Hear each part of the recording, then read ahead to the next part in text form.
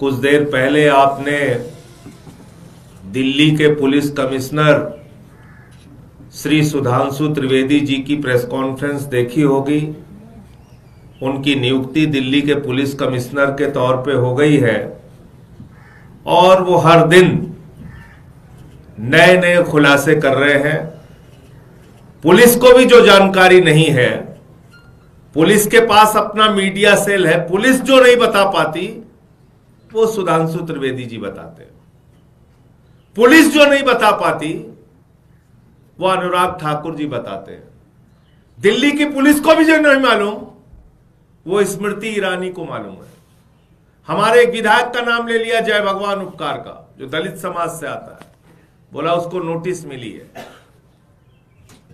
तो मैं भाजपाइयों से पूछना चाहता हूं कि तुम्हारी पुलिस में नियुक्ति कब से हुई? आप छोटे छोटे बच्चों को मिल रही बम की धमकी का राजनीतिक लाभ उठा रहे हो। शर्म नहीं आती? राजनीति का स्तर इस स्तर तक गिरा दिया आपने। पहली घटना कब हुई दिल्ली के अंदर? बच्चों के स्कूल को बम से उड़ाने की पहली घटना हुई, धमकी की पहली घटना हुई मई के महीने में। मई के महीने में।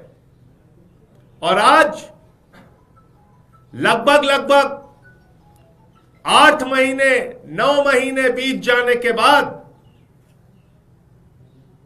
दिल्ली पुलिस की तरफ से कोई प्रयास नहीं किया गया, कोई सबूत नहीं दिए गए, कोई बयान नहीं आया।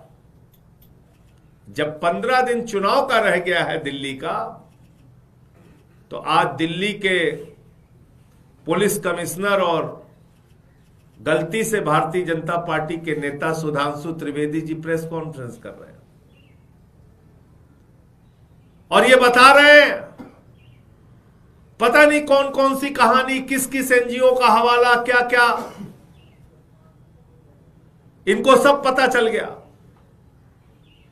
मैं पूछना चाहता हूं, जो घटनाएं बम धमाके की दिल्ली में हुई, देश की राजधानी में रोहिणी के अंदर, उसमें कितने अपराधी पकड़े गए? दिल्ली के कोर्ट के अंदर जज के सामने हत्या हो गई, उस मामले में क्या हुआ? एक महिला का बलात्कार करके दिल्ली की सड़कों पे घसीटा गया कई किलोमीटर तक, उस मामले का क्या हुआ? दिल्ली के अंदर गैंग वॉर हुए, गैंग वॉर, उस मामले में क्या निकला? व्यापारियों को गोलियों से भूना जा रहा है, अवैध वसूली की जा रही है, उस मामले में क्या हुआ? आपने सुरक्षा जैसे गंभीर मुद्दे को अपने राजनीतिक नफा नुकसान के लिए इस्तेमाल किया और छोटे छोटे बच्चों के स्कूल को उड़ाने की मिल रही धमकी को राजनीतिक लाभ के लिए। 10 महीने में कोई जांच आपकी नहीं हुई, कुछ पता नहीं चला 10 महीने में आपको। अचानक 15 दिन पहले एक मनगढ़ंत कहानी लेके आप आ गए। तो इसलिए मैं कहता हूं कि भारतीय जनता पार्टी को न दिल्ली की सुरक्षा से मतलब है, न राष्ट्र की सुरक्षा से मतलब है। जो चीन ने घुसपैठ करके 2 काउंटी बना ली भारत की सीमा के अंदर, वो अरविंद केजरीवाल की वजह से हुआ है। कल को कहोगे अरविंद केजरीवाल की वजह से हुआ है। अमेरिका के राष्ट्रपति ट्रंप ने अपने शपथ ग्रहण समारोह में नरेंद्र मोदी को नहीं बुलाया, अरविंद केजरीवाल की वजह से हुआ है। कल को कहोगे केजरीवाल की वजह से हुआ है। इसलिए मैं कहता हूं भाजपा के बारे में, न नेता है, न नीति है, न नीयत है, सिर्फ आरोप प्रत्यारोप है। पहले रोहिंग्या रोहिंग्या लेके आए, चिल्लाने लगे रोहिंग्या रोहिंग्या रोहिंग्या। जब मैंने कहा रोहिंग्या तुमने बसाया, रोहिंग्या हरदीप पुरी ने बसाया, रोहिंग्या भाजपाइयों ने बसाया, यह है प्रमाण, यह है सत्यता, रोहिंग्या का मुद्दा छोड़ के भाग गए। फिर चिल्लाने लगे मुख्यमंत्री आवास, मुख्यमंत्री आवास, मुख्यमंत्री आवास। जब हमने कहा राजमहल दिखाओ, राजमहल दिखाओ, राजमहल दिखाओ, वो मुद्दा छोड़ के भाग गए।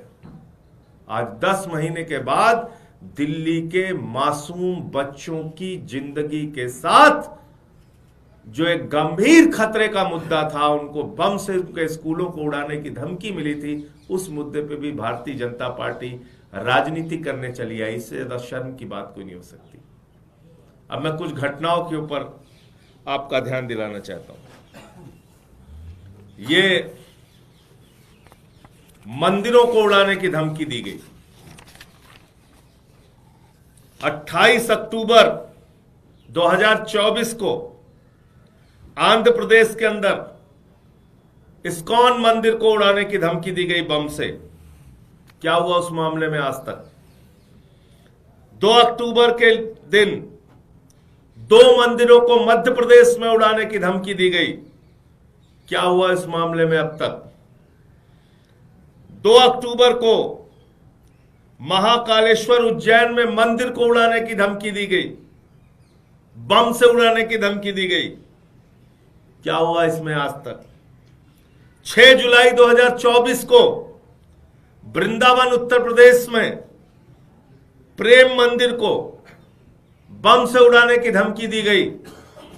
क्या हुआ इस मामले में?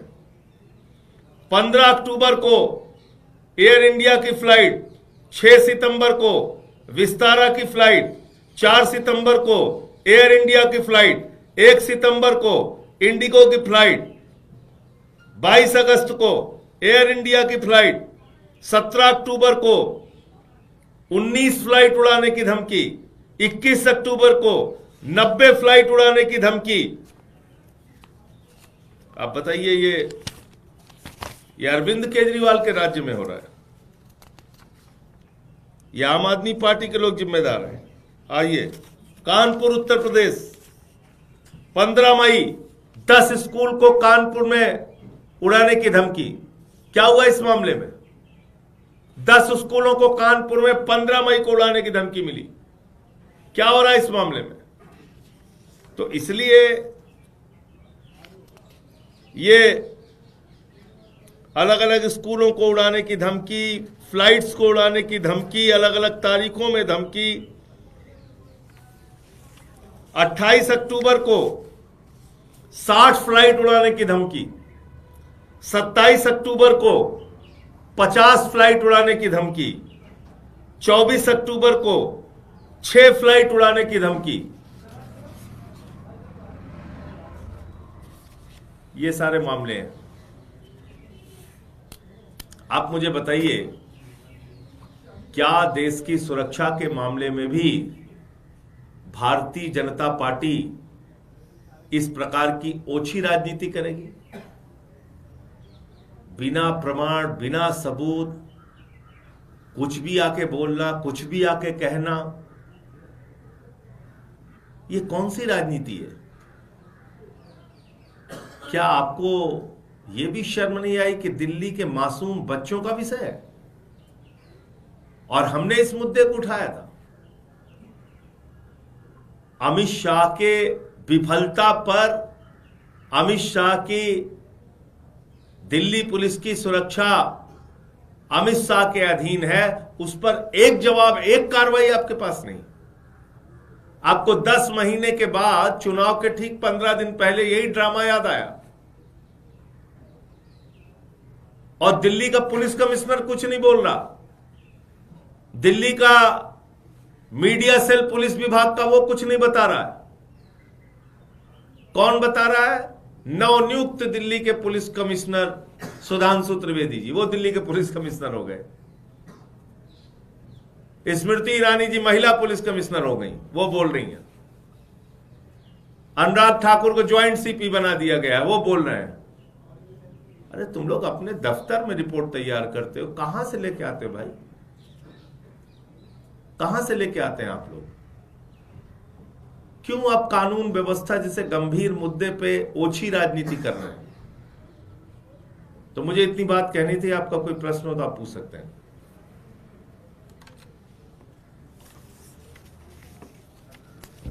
आपको लग रहा है कि जो भी इसके पीछे है उसको पकड़ना चाहिए और उसको सजा देनी ही चाहिए, जो भी किसने इसकी आवाज उठाई? देश की संसद में मैंने इसकी आवाज उठाई। देश की पार्लियामेंट के अंदर किसने दिल्ली के सुरक्षा की आवाज उठाई? आम आदमी पार्टी के राष्ट्रीय संयोजक अरविंद केजरीवाल जी ने प्रेस कॉन्फ्रेंस करके, सभाओं में बोल के, विधानसभा के अंदर बोल के हमेशा दिल्ली के कानून व्यवस्था का मुद्दा उठाया। किसने उठाई? हमने तो आवाज उठाई। अगर हमारी अपेक्षा कार्रवाई करने की नहीं होती, अगर हमारी उम्मीद गुजारिश आपसे कार्रवाई करने की नहीं होती, तो हम ये मुद्दा क्यों उठाते? उठा के देखिए सदन का रिकॉर्ड, संसद का रिकॉर्ड। हमने संसद में प्रदर्शन भी किया दिल्ली के कानून व्यवस्था के मुद्दे पे, और आप इसमें भी राजनीति कर रहे हैं। रोहिणी के अंदर ब्लास्ट हुआ, ब्लास्ट क्या निकला उसमें आज तक? कितने लोगों की गिरफ्तारी हुई? तो इसलिए ऐसे गंभीर मुद्दे पर भी ओछी राजनीति करना यह भारतीय जनता पार्टी का चलन हो गया। सर, बीजेपी जो है वो आम आदमी पार्टी के लीडर्स को, स्पेसिफिकली आम आदमी पार्टी को और मुख्यमंत्री को डायरेक्टली अक्यूज कर रही है और एनजीओ के साथ एसोसिएट कर रही है, जैसे दिल्ली पुलिस ने अपने प्रेस कॉन्फ्रेंस में बताया था। नहीं, मैं कहता हूं वो कुछ भी बोल सकते हैं। कहां है दिल्ली पुलिस का बयान? दिखाइए आप। दिल्ली पुलिस के ने कहा है? आम आदमी पार्टी का कहां नाम लिया है? बताइए आप। कहीं लिया दिल्ली पुलिस ने आम आदमी पार्टी का नाम? तो राजनीतिक कारणों से कुछ भी आप बोले जाओ। 10 महीने तक आप कुंभकर्ण की नींद सोते रहे। 15 दिन पहले आप ड्रामा करने के लिए आ गए हो। भैया तो दिल्ली का पुलिस कमिश्नर रहे सुधांशु त्रिवेदी जी, स्मृति ईरानी जी, अनुराग ठाकुर जी, ये सब दिल्ली के अंदर पुलिस विभाग का चार्ज ले चुके हैं। मुझे नहीं मालूम है, हो सकता है कोई नई नियुक्ति का नया तरीका लेटरल एंट्री टाइप निकाला हो, इन लोगों की लेटरल एंट्री कर दी हो। मुझे जानकारी नहीं है इस बात की, इसके बारे में स्पष्ट